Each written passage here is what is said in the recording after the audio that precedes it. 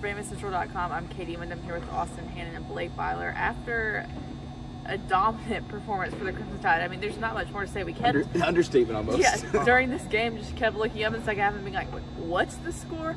How much is Alabama up by? The final score ended up being Alabama 101, Vanderbilt 44, the largest margin of victory for Alabama in an SEC game ever. I saw a tweet, I don't know if it's accurate, y'all can fact check me, about it was the largest margin of victory in any Power 5 versus Power 5 game in several years. So it was a good night for the Crimson Tide. Blake, how did they respond from a not good performance on Saturday in Oklahoma? Well, they came out and there was just a lot more effort than what we saw against Oklahoma. You saw early in the game there were loose balls that people were diving for, just really putting forth that extra effort, the blue-collar effort that Nate Oates always talks about, that he always says, lose yourself in the game and then the offense will take care of itself, and you truly saw that.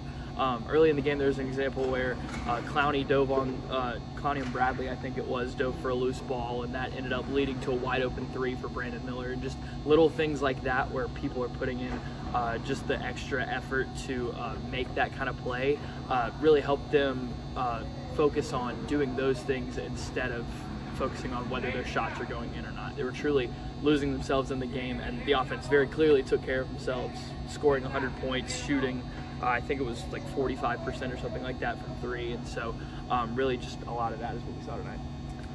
Yeah, so Brandon Miller hit that wide open three. He wasn't the only guy to hit one tonight. He finished with 22 points. I think he had five or six made threes in the game. Austin, what did you see maybe from him and from other guys on offense? We saw Amari have his best game back since injury. A lot of guys making three. Clowney, Sears. Just kind of talk about what you saw on offense. Yeah, I mean, I talked about it on the podcast the other day about how much we loved this depth coming into the season, and really the first 2 months of the season. And then Saturday, that kind of just, there was nobody. There was not really anybody that was reliable on the offensive end. And I said, we got to get the depth back. I mean, that's what has made this team good so far this season. And they got it back out there tonight. 19 threes. They spread it all around. Everybody, I think 4 or 5 were in double figures. I've been talking bad about Charles Bediako a lot. He had a great game tonight. He had double figures. I think he had 10. You know, just great performances all the way around. It's what we were used to seeing and why we thought this was maybe the best team in the country. And then these last 4 games, they kind of made everybody think maybe they're not. They came back out here today, and needless to say, they kind of put their stamp on another performance and kind of washed away that Oklahoma loss. Yeah, for sure. Got to give Chuck a shout out, going 5 of 5 from the floor. Nick Pringle kept his near perfect field goal percentage up, going 1 for 1 from the floor. But just overall, a good night for the Crimson Tide. And you know, next up is LSU, a struggling LSU team. Who they've already beat by 40. Yeah, yes. An LSU team that we saw at Coleman get thrashed just about as bad as this Vanderbilt game tonight.